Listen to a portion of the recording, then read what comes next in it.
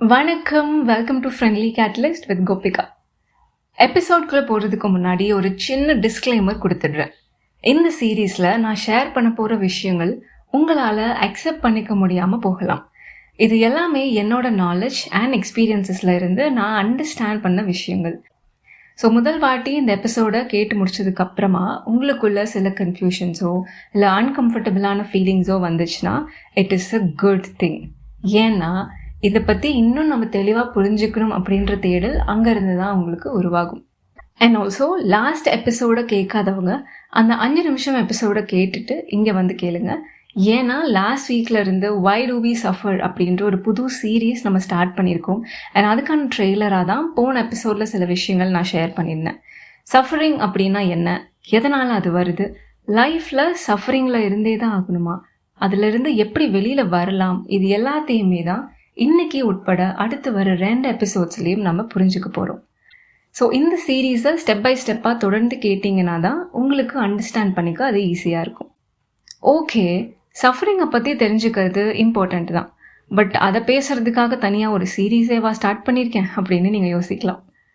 நம்ம எல்லாரோட லைஃபையுமே கலெக்டிவாக எடுத்து பார்த்தீங்கன்னா அப்ஸ் அண்ட் டவுன்ஸ் அப்படின்றது கண்டிப்பாக இருக்கும். சில விஷயங்கள் நம்ம பிளான் படி போயிருக்கும், ஆர் இப்போது நம்ம பிளான் போட்டபடி நடந்துட்டு இருக்கும். பட் சில விஷயங்கள் நம்ம எக்ஸ்பெக்ட் பண்ண மாதிரி போகாமலும் இருக்கும். இந்த இடத்துல தான் பீப்புள் 2 கேட்டகரியாக பிரிவாங்க. ஒன்று, என் லைஃப்பில் நிறைய ஹாப்பியான விஷயங்கள் தான் அங்கே நடந்துகிட்டே இருக்குது, பெரும்பாலும் சந்தோஷம் தான் என் லைஃப்பில் நிறைஞ்சிருக்கு அப்படின்னு சொல்கிற ஒரு கேட்டகரி. இன்னொரு கேட்டகரி ஆஃப் மக்கள், என் லைஃப்பில் சோகம் தாங்க நிறைய இருக்குது, சந்தோஷமான தருணங்கள் அப்பப்போ வந்தாலும் அடிக்கடி ஏதோ ஒரு விஷயம் தப்பாக போயிட்டே இருக்குது அப்படின்னு சொல்லுவாங்க. அந்த முதல் கேட்டகரியில் சந்தோஷம்தான் அதிகமாக இருக்குது அப்படின்னு சொன்னவங்களுக்கு சேலஞ்சஸே வராது அப்படின்னு அர்த்தம் கிடையாது. அவங்களும் கூட சில டவுன்ஃபால்ஸ், ரிஜெக்ஷன்ஸ், ஃபெயிலியர்ஸ், சேலஞ்சஸ் இதையெல்லாம் ஃபேஸ் பண்ணிட்டு தான் இருப்பாங்க. பட் அதை அவங்க ஹேண்டில் பண்ணுற விதம் மட்டும்தான் செகண்ட் கேட்டகரி ஆஃப் பீப்புளை விட கொஞ்சம் வித்தியாசமானதாக இருக்கும். சில பேரை நம்ம பார்த்துருப்போம், லைஃப்பில் எனக்கு ஹாப்பினஸ் மட்டும்தான் வரணும், சேட்னஸ் அப்படின்ற ஒரு எமோஷன் எனக்கு வேண்டவே வேண்டாம் அப்படின்னு நினைப்பாங்க. நம்ம பண்ணுற பெரிய மிஸ்டேக்கே இதுதான். தமிழில் ஒரு சேயிங் இருக்குது, இன்ப துன்பங்கள் கலந்தது தான் வாழ்க்கை. நல்லா யோசிச்சு பார்த்தீங்கன்னா சந்தோஷமாக இருக்கிற சுச்சுவேஷன்ஸில் நம்ம இந்த வாக்கியத்தை யூஸ் பண்ணவே மாட்டோம். நம்ம எப்போல்லாம் சோகமாக இருக்கமோ அப்போ மட்டும்தான் இந்த வாக்கியத்தை நமக்கு யூஸ் பண்ணணும் அப்படின்னே தோணும். பிகாஸ் சோகமான சூழ்நிலைகளை ஏற்றுட்டு கடந்து போகிறது தான் நமக்கு கஷ்டமாக இருக்கும். ஆனால் முன்னாடி சொன்ன மாதிரி எனக்கு சந்தோஷம் மட்டும்தான் வேணும், சோகம் வேணவே வேணாம் அப்படின்லாம் ஒதுக்கி வச்சிட முடியாது. ஏன்னா ஹாப்பினஸ் அண்ட் சேட்னஸ் இது ரெண்டுமே 2 sides of the same coin. ஒன்று இல்லாமல் இன்னொன்று நம்மளால் எடுத்துக்கவே முடியாது. ஒரு ஹாப்பியான மொமெண்ட்டை எவ்வளோ ரசித்து அனுபவிப்போமோ அதே மாதிரி சேட்னஸ் அப்படின்ற எமோஷனையும் அனுபவித்து கடந்து போக நம்ம பழகலை. என்னது, சேட்னஸை அனுபவிக்கணுமா? அப்போது அது சஃபரிங் குழலில் கொண்டு போகும். நம்ம சஃபரிங்லேருந்து வெளியில் வர்றது எப்படின்னு தானே பார்க்குறோம். இந்த கன்ஃபியூஷன் உங்களுக்கு மேபி வரலாம். இங்கே நம்ம ரொம்ப முக்கியமாக தெரிஞ்சுக்க வேண்டிய இன்னொரு விஷயமும் இருக்குது. அது என்னன்னா, சேட்னஸ் அப்படின்ற எமோஷனுக்கும் சஃபரிங்க்கும் இடையில் இருக்கிற டிஃப்ரென்ஸ். இது ரெண்டுமே சேம் தான் அப்படின்னு இவ்வளோ நாள் நீங்கள் நினச்சிட்டு இருந்தீங்கன்னா now I am going to break your bubble. மேலோட்டமாக பார்க்கும் பொழுது சோகமாக இருக்கிறதுனால தானேப்பா நான் சஃபர் ஆகுறேன், இது ரெண்டுமே சேம் தானே அப்படின்னு நமக்கு தெரியும். பட் சேட்னஸ், அதாவது சோகமாக நான் ஃபீல் பண்ணுறேன் அப்படின்னு சொல்கிறது வேற, அந்த சோகமான சூழ்நிலைகளுக்காக நான் சஃபர் ஆகிறேன் அப்படின்னு சொல்கிறது வேற. சரி, முதல்ல இந்த சஃபரிங்னா என்ன அப்படின்றத நம்ம புரிஞ்சுக்கலாம். நான் முன்னாடி சொன்ன மாதிரி லைஃப்பில் சில விஷயங்கள் நம்ம எக்ஸ்பெக்டேஷன்ஸ்க்கு மாறாக நடக்கும்.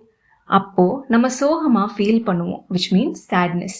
பட் இந்த சோகத்தை எப்போ நம்மளால் ஏற்றுக்க முடியாமல் போகுதோ, இந்த சோகம் அப்படின்ற எமோஷனை எப்போ நம்ம அண்டர்ஸ்டாண்ட் பண்ணிக்காமல் போகிறோமோ அந்த இடத்துல தான் நம்ம சஃபர் ஆகிறோம்.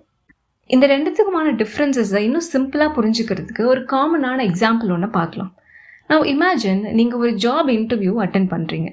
இன்டர்வியூ ரொம்ப நல்லா போகுது, நீங்களும் அமேசிங்காக பெர்ஃபார்ம் பண்ணுறீங்க. நமக்கு தான் இந்த ஜாப் கிடைக்கும் அப்படின்னு ரொம்ப கான்ஃபிடெண்ட்டாக வீட்டில் எல்லாருக்கிட்டேயும் சொல்லி ரொம்ப கனவோடு இருக்கீங்க. பட் ஃபியூ டேஸ் கழிச்சு கன்ஃபர்மேஷன் லெட்டருக்கு பதிலாக ரிஜெக்ஷன் லெட்டர் உங்கள் மெயிலை தேடி வருது. அந்த மொமெண்ட்டில் உங்கள் எக்ஸ்பெக்டேஷன்ஸ் எல்லாம் உடஞ்சி போயிடும். அதனால் நீங்கள் ரொம்ப சோகமாக ஃபீல் பண்ணுவீங்க. மனசுக்கு ரொம்ப கஷ்டமாக இருக்கும். அந்த சுச்சுவேஷனில் நீங்கள் ஃபீல் பண்ணுற அந்த வலியை, சரி ஓகேப்பா, இந்த ரிஜெக்ஷனால் நான் ஃபீல் பண்ணுற சம் கைண்ட் ஆஃப் எனர்ஜி தான் இந்த பெயின். இந்த பெயின் எனர்ஜியை நான் அப்சர்வ் பண்ண ஆரம்பிக்கிறேன். ஆர் இந்த சுச்சுவேஷனை நான் அக்செப்ட் பண்ணுற வரைக்கும் ஒரு ஃபியூ டேஸ் இந்த பெயின் கூடவே நான் ட்ராவல் பண்ணுறேன். இந்த வலி கொஞ்சம் கொஞ்சமாக எப்போ கம்மியாகுதோ அப்போது இந்த சுச்சுவேஷனை ஃபுல்லாக நான் அக்செப்ட் பண்ணி, இது நடந்து முடிஞ்சிருச்சு, அதுக்கடுத்து என்ன பண்ணலாம் அப்படின்றத நோக்கி மூவ் ஆன் ஆகிறேன்.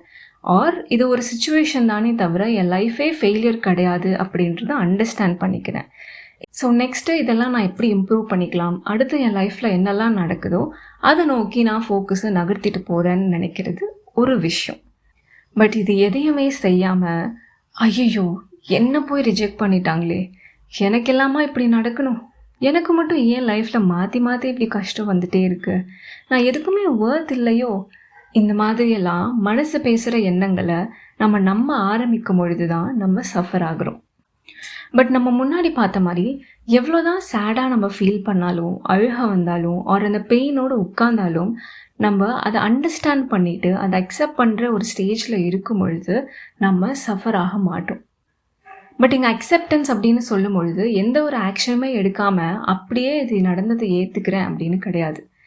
அந்த சுச்சுவேஷன் நடந்து முடிஞ்சிருச்சு, இதுக்கப்புறமா பாஸ்டில் போய் என்னால் முடிஞ்ச சுச்சுவேஷனை மாற்றி அமைக்க முடியாது அப்படின்ற அந்த புரிதல் தான் நம்ம அக்செப்டன்ஸ் அப்படின்னு சொல்கிறோம். நான் இந்த இடத்துல ஒரு ஃபியூ மினிட்ஸ் பாஸ் பண்ணி வேறு எந்த சுச்சுவேஷன்ஸையெல்லாம் உங்களால் அக்செப்ட் பண்ணிக்க முடியாமல் சஃபர் ஆகிட்ருக்கீங்க அப்படின்னு யோசிச்சு பாருங்கள். உங்களுக்கே அந்த டிஃப்ரென்ஸ் புரியும். சந்தோஷம், சோகம், கோபம், பயம், இது எல்லாம் நமக்கு வர எமோஷன்ஸ். எரிச்சல், அழுகை, மௌனம், புன்னகை, இது எல்லாம் அந்த எமோஷன்ஸோட வெளிப்பாடு. இங்கே சஃபரிங் ஸ்டேட்டுக்குள்ளே போகாமல் இருக்கிறதுக்கு நம்ம செய்ய வேண்டியது சில விஷயங்கள் தான். எமோஷன்ஸ் அப்படின்றது எல்லாருக்குமே வரும், அதில் பாசிட்டிவ் அண்ட் நெகட்டிவ்னு எதுவுமே கிடையாது. ஹாப்பினஸ் மாதிரியே தான் சேட்னஸ் அப்படின்றதும் ஒரு எமோஷன். ஸோ இந்த எமோஷன்ஸை ப்ராப்பராக எப்படி நான் ஹேண்டில் பண்ணலாம், இது எதனால் எனக்கு வருது, இது என்ன பர்பஸ்னால் எனக்கு கொடுக்கப்பட்டிருக்கு, இதை நான் இக்னோர் பண்ணாமல் அவாய்ட் பண்ணாமல் இதை எப்படி அக்செப்ட் பண்ணிக்க லேர்ன் பண்ண முடியும். இந்த சின்ன சின்ன விஷயங்களை புரிஞ்சுக்கிட்டு இதை செயல்படுத்த ஆரம்பித்தாலே தேவையில்லாத விஷயங்களை நினச்சி வேதனைப்படுறது நமக்கு கம்மியாகும். ஸோ இதிலிருந்து நம்ம புரிஞ்சுக்கிட்ட விஷயம் என்ன அப்படின்னா, இங்கே வேதனை அதாவது சஃபரிங் அப்படின்றது நமக்கு நடக்கிற விஷயங்களில் கிடையாது. நமக்கு நடக்கிற விஷயங்களுக்கு நம்ம எப்படி ரியாக்ட் பண்ணுறோம் அப்படின்றதுல தான் அது இருக்குது. இதனால தான் சஃபரிங் இஸ் அ சாய்ஸ் அப்படின்னு ஸ்பிரிச்சுவல் வேர்ல்டில் சொல்லுவாங்க. நம்ம சோகமாக ஃபீல் பண்ணும்பொழுது அந்த சோகத்திலிருந்து நம்மளை டிஸ்ட்ராக்ட் பண்ணிவிட்டு அந்த எமோஷனை முழுமையாக ஃபீல் பண்ணாமல் அதை ஏற்றுக்க முடியாமல் போகும்பொழுது தான் அது வேதனையாக மாறுது. அண்ட் அந்த வேதனையை ரொம்ப நாள் நம்ம தள்ளி போட்டுட்டே அதை பற்றி யோசிச்சுட்டே இருக்கும் பொழுது அதோட வீரியம் இன்னும் அதிகமாகும்.